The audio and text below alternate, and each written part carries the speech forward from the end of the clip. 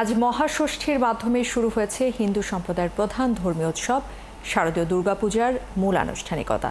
সারা দেশে মণ্ডপগুলোতে স্থাপিত হয়েছে দেবী দুর্গার প্রতিমা, ঢাক এবং কাসর বাদ্যে মেতে উঠেছেন দেবীর ভক্তরা। দুর্গতি নাশ করে মঙ্গল কামনা করবেন দেবীর কাছে। পূজায় দেশ জুড়ে কড়া নিরাপত্তা ব্যবস্থা নিয়েছে প্রশাসন। প্রতিনিধিদের পাঠানো তথ্য এবং ছবিতে প্রতিবেদন।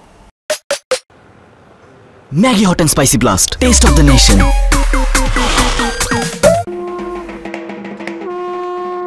হিন্দু শাস্ত্র মতে বছর ঘুরে দেবী দুর্গা পূজিত হতে আবারও নেমে এসেছেন মর্তলোকে। ইতিমধ্যে বোধনের মাধ্যমে দেবীকে জাগ্রত করা হয়েছে।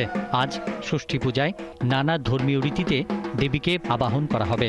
দেবীর বন্দনায় মণ্ডপে মণ্ডপে চলবে অর্চনা, চণ্ডীপাঠ ও আরতি। আজকে থেকে পূজা আরম্ভ হইল, সবাই আমরা অঞ্জলি নিলাম, বললাম মাকে যেন মা সব যেন ভালো রাখে, সবাই যেন ভালো থাকে। মা আমাদের মাঝে এসেছে, আমরা খুব আনন্দিত। দেশবাসী যেন সকলে ভালো থাকে। সারা দেশে মণ্ডপগুলোতে স্থাপিত হয়েছে দেবী দুর্গার প্রতিমা। ষষ্ঠ, কল্পারম্ভ ও বিহিত পূজায় ঢাক ঢোলের বাদ্যে, উলুধ্বনিতে ও অধিবাসের মাধ্যমে পালিত হবে ষষ্ঠী পূজা। এই ষষ্ঠীর দিনে আমরা মায়ের কাছে প্রার্থনা করি, মা যেন সুখী সমৃদ্ধি বাংলাদেশ গড়ে তোলে, বৈষম্যহীন বাংলাদেশ গড়ে তোলে। আমরা যাতে সুন্দর সুষ্ঠুভাবে এই পূজাটা সম্পন্ন করতে পারি, মা দুর্গার কাছে এই প্রার্থনাটা করি। পৃথিবীর মধ্যে যে আসরিক শক্তির উত্থান হচ্ছে, সারা পৃথিবীতে যুদ্ধ, সেগুলোর বিনাশ চাই। আমরা শান্তি চাই। আজ দুর্গাকে আহ্বান জানানো হবে সন্তান এবং পরিবারের মঙ্গল কামনার জন্য। ভক্তরা বলেন, তারা জগতের সবার জন্য সুখ, শান্তি ও সমৃদ্ধি প্রার্থনা করবেন। দেবীকে আহ্বান করে এখানে আনা হবে বেলতলার থেকে। এই পূজা থেকেই আমাদের কার্যক্রম শুরু।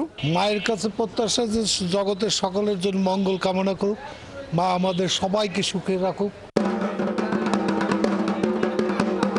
হিন্দু শাস্ত্র অনুযায়ী এবার গজে চড়ে সামাজিক শান্তি ও কৃষিতে সমৃদ্ধির বার্তা নিয়ে পৃথিবীতে আসেন দেবী দুর্গা। তাই তো শারদীয় দুর্গোৎসব উপলক্ষে হিন্দু সম্প্রদায় ভীষণ আনন্দিত।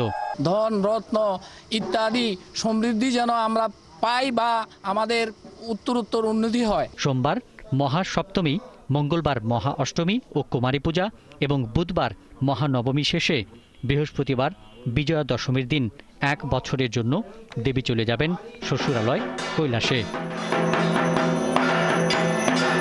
পিন্টু হাজং, 71।